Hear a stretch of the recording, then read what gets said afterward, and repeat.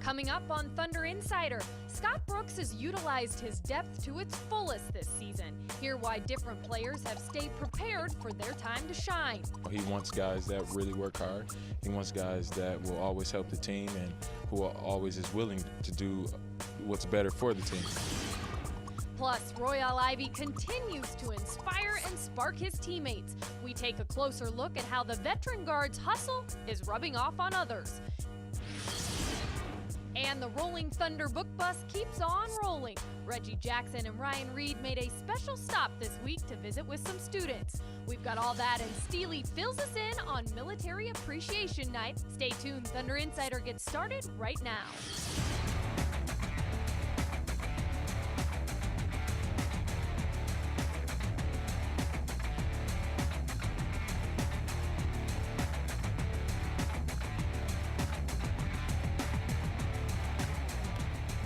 Hello and welcome everyone to Thunder Insider, presented by Integris Health. I'm Kelly Kroll, your host, alongside Thunder play-by-play man Brian Davis and 15-year NBA veteran Grant Long. Of course, Matt Pinto will be along with us later in the show. We're in our Oklahoma studio today, and we are going to start with your thoughts on the Thunder wrapping up their last 5-game homestand. The Thunder lost a playoff game this week. That Houston game was exactly the kind of game the Thunder can expect to play in the postseason. Bottom line, the Rockets brought a physical brand of basketball to Chesapeake Arena. They mucked it up a little bit. They forced the Thunder to shoot in the low 40s, and that is how it's going to be. The loss stings, but sometimes, Grant, those have to burn for you to learn the lesson and take the next step forward. In order to move forward, you have to learn from those lessons, and I thought the Thunder played a terrific game for the most part. Scott Brooks always talks about playing a 48-minute game. When you look up and down the roster, a lot of guys had double-figure opportunities to score, and they did those things, but a window of opportunity for the Rockets in the fourth quarter where things didn't go well, mental mistakes, and you can't have those. And I think, as you mentioned, if you live and learn from those mistakes, you're going to be better for it. Well, and one of the highlights of the week, I would have to say, was the Charlotte Bobcats game. A season-high 27 assists for Oklahoma City. You got to love seeing that ball movement and the way guys were just finishing plays. That's what they call Thunder basketball. 27 assists against Charlotte, 22 against Houston. Again, sometimes you don't get the result. You don't get the W, but the template falls into place now for the Thunder to wrinkle up their game down the stretch of the regular season. High assists are big for me because it shows that the team's moving the ball, everybody's getting involved, and you're executing your offense at a high level. It also means that you're getting high percentage shots. When you have that high number of assists, it tells you that you're getting in the transition situation. You're starting to move the ball, you're separating your opponent's defense, and you're creating avenues to the basket. That's an ingredient for winning basketball, if you ask me, and I think the Thunder did that to a high level in that Bobcat game. Pull the defense apart and let your opponent chase you. And one of the things, guys, that we don't talk about very much, because in basketball, like every other professional sport, there's kind of a next man up theory, but the Thunder has had to learn how to live without Eric Maynor. The Thunder has had to learn to live for an extended period without Thabo Sefolosha. And I think what we've seen over the last couple of weeks is that the men who are standing, the guard play has been pretty good. Oh, I have to agree with you on that. And you think about Reggie Jackson and his progression, how he's continuing to improve game by game basis. You mentioned the Bobcat game. He had 5 or 6 assists in that ball game. And he has not turned the ball over. That's been very impressive for a young player. And I've said a few days ago, Reggie Jackson, in my estimation, has found a way to carve out a niche in this ball club. He had to bring his identity and somehow make it work in the games, and he has done that to a high level. And as a young player, that's big. We can't forget also Royale Ivey, who has come in, was really the guy who lived the mantra, stay ready, because you don't know when your number is going to be called. And I'm going to give a little bit of love to the All-Star Russell Westbrook, who his assist-to-turnover ratio over the last couple of weeks is 3-1. I mean, that is really solid in the NBA. Absolutely. Reggie Jackson, 7 of those 27 assists against Charlotte. And the guys lately, have talked about having consistent play. Well, it's also very important to keep your mentality consistent as well.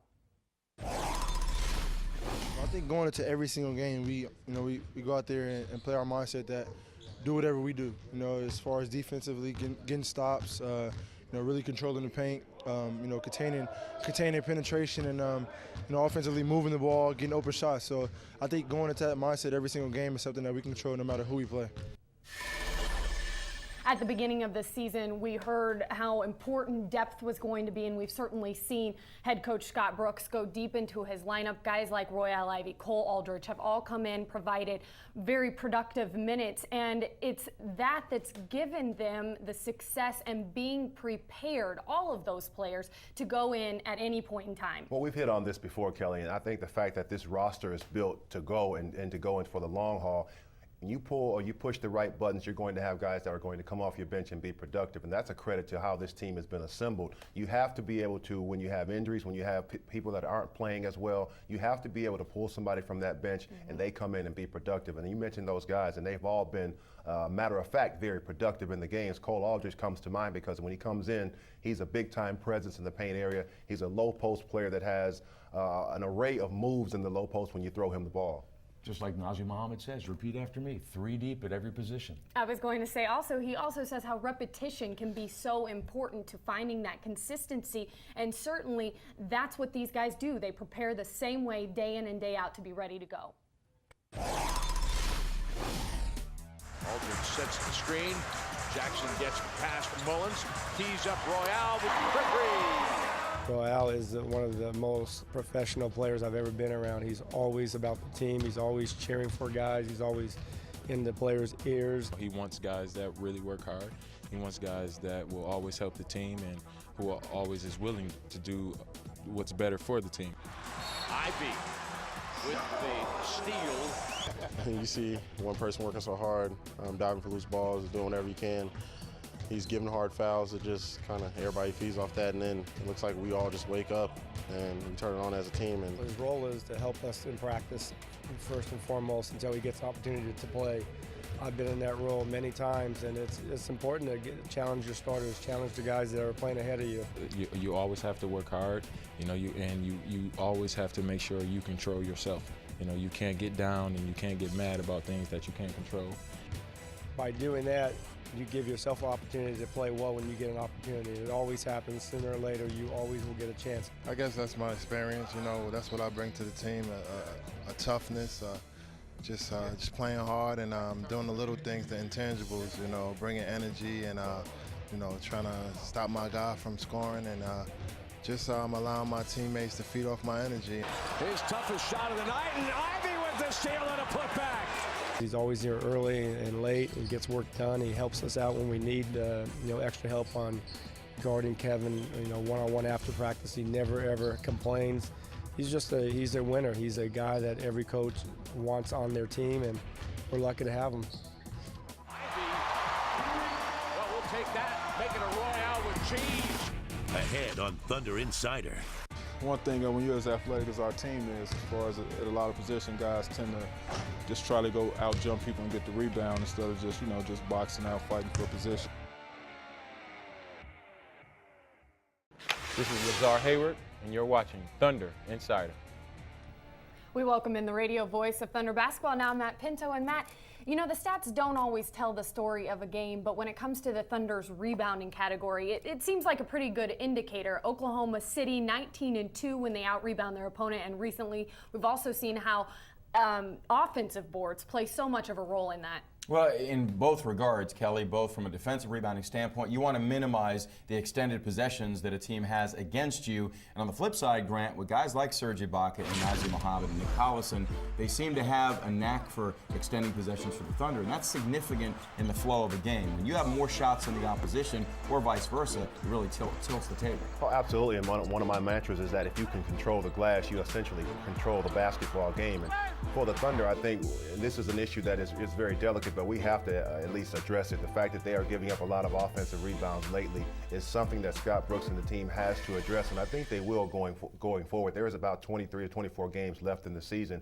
so there's plenty of enough time to address that issue. You have to go back to the fact that when you give up extra possessions, it means that you are scrambling defensively and you're not able to box out your opponent. So I think it starts if you can contain your perimeter players and not get broke down in the center of the floor, then you're going to have a better opportunity to engage your opponent when that shot goes up. So I think it starts at the beginning, at the very beginning of the defensive possession, containing the ball. Nick Collison, one of the guys we saw in those highlights, and he's certainly one that fights down low, and he gives us some of the keys of containing the boards.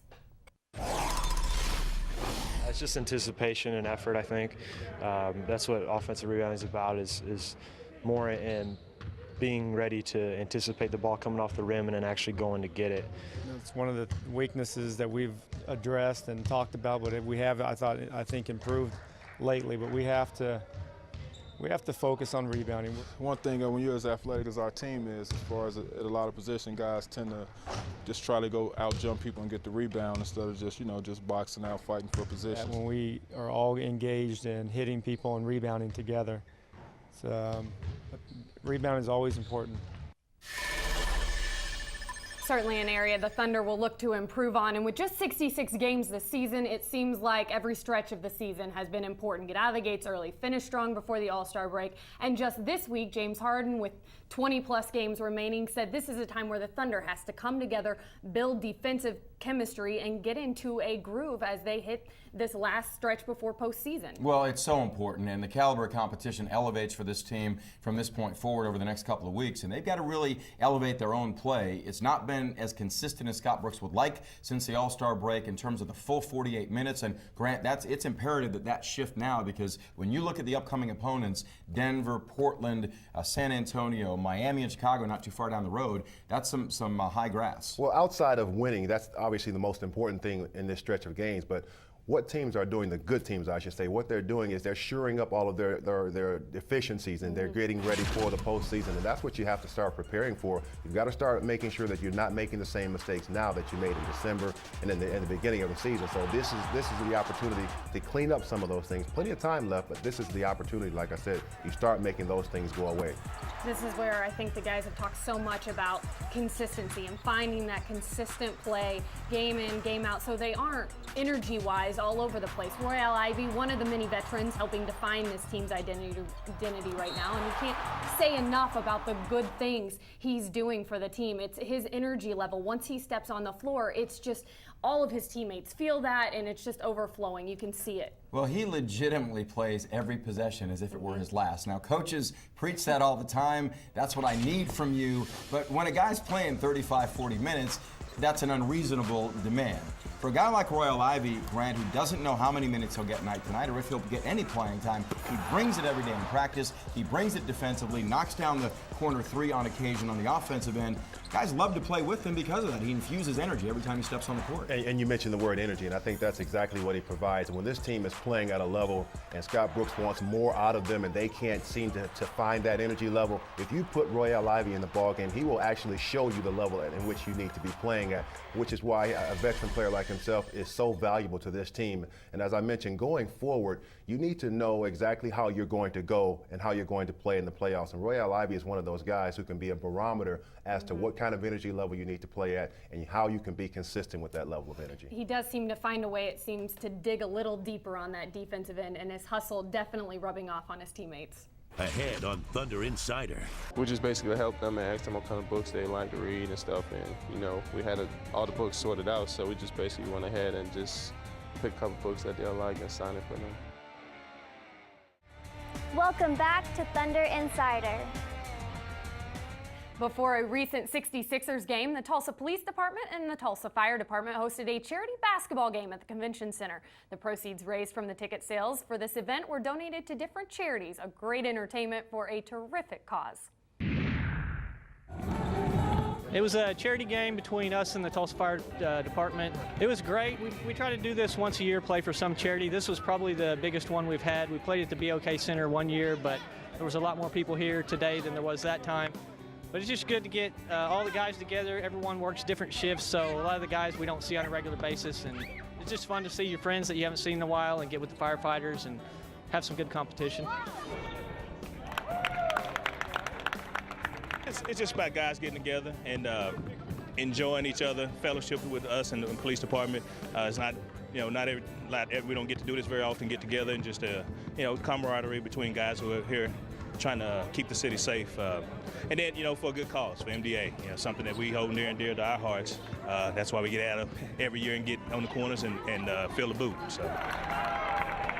We really think it's a good thing for the community to see us all work together. And as long as they can see us work together, they know that they have people backing them that are willing to go the extra mile. Such a great event, and the players will tell you it's so important for them to give back to the community that supports them so strongly. Recently, Reggie Jackson and Ryan Reed made a special stop on the Rolling Thunder book bus as it made its way to Marcus Garvey Leadership Charter School.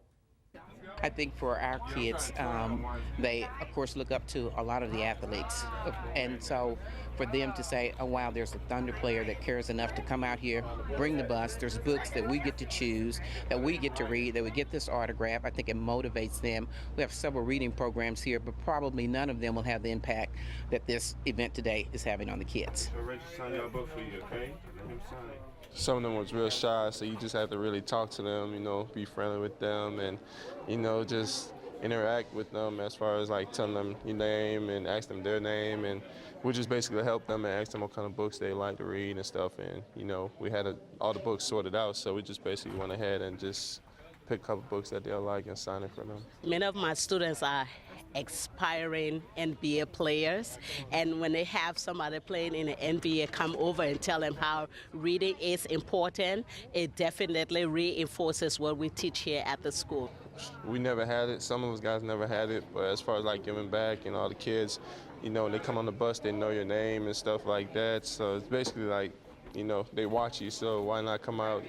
I said, oh, wow, I see I got an autograph and all this. I said, wow, all this for me and in my school? I'm very thankful for it. We're proud to have the players come out today along with the book bus.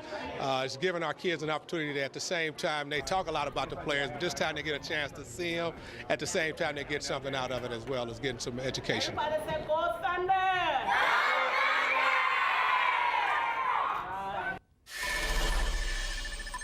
While the rookie duo helped on the Thunder book bus, their teammates James Harden and Thabo Sefolosha took pictures, signed autographs, and talked to children in the Tickets for Kids program following a recent home game. This program provides different youth groups with the opportunity to attend a Thunder game through player-donated tickets.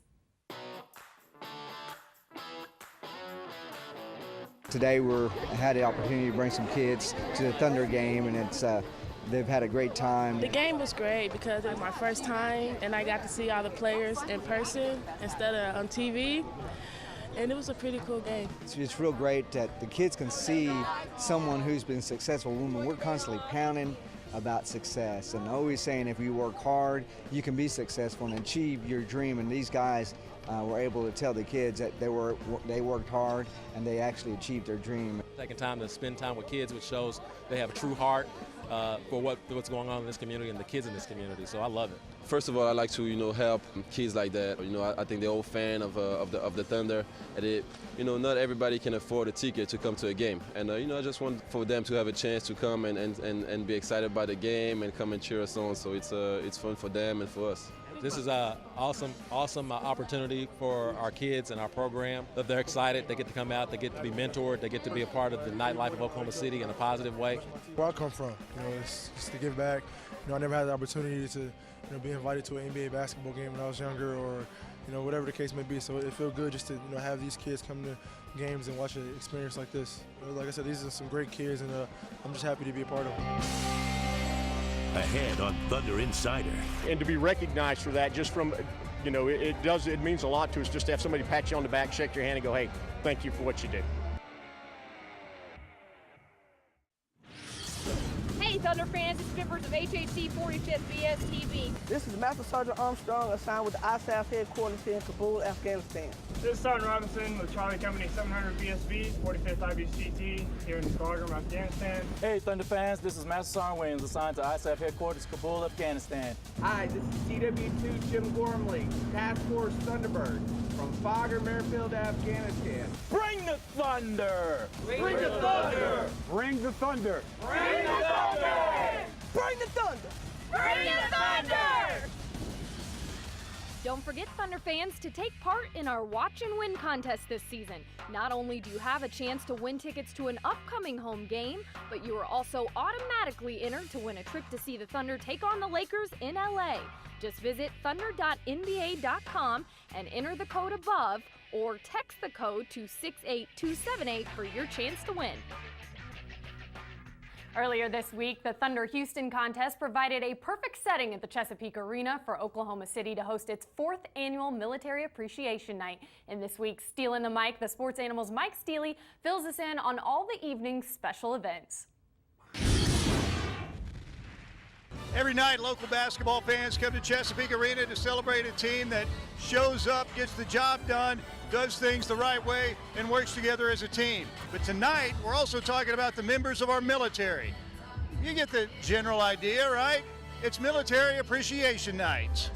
We brought in Fort Seal down in Lawton, volunteered to bring up some equipment, to show people, hey, this is what we train on. These are, the pieces of equipment they do. Every day I thank the Lord for our military, both men and women, and all the things that they sacrifice for and how they stand up for our freedom. You can hardly say enough about it. It's just the ultimate sacrifice for all of us Americans. They're a team that we can't put ourselves against what they do every day for us. Now you're going into the Army. What's a night like this mean for you? It's pretty big. I'm out here having fun. I'm going to retake my old halftime, so it'll be something fun, something good to do before I ship off next month. He's a brand new recruit, brand new first-round pick from the Army. Lottery selection, right? More a skill. Okay, gotcha. Thank you. Who has the better long-range shot? Do you think it's Kevin Durant or this thing? This thing. For what we do, it's all about selfless service, giving back to our country, being part of something bigger than we are, and to be recognized for that just from, it means a lot to us just to have somebody pat you on the back, shake your hand, and go, hey, thank you for what you do. Thank you for joining us here at our Oklahoman studio for another edition of Thunder Insider presented by Integris Health. We'll see you again next week with plenty more on Thunder basketball.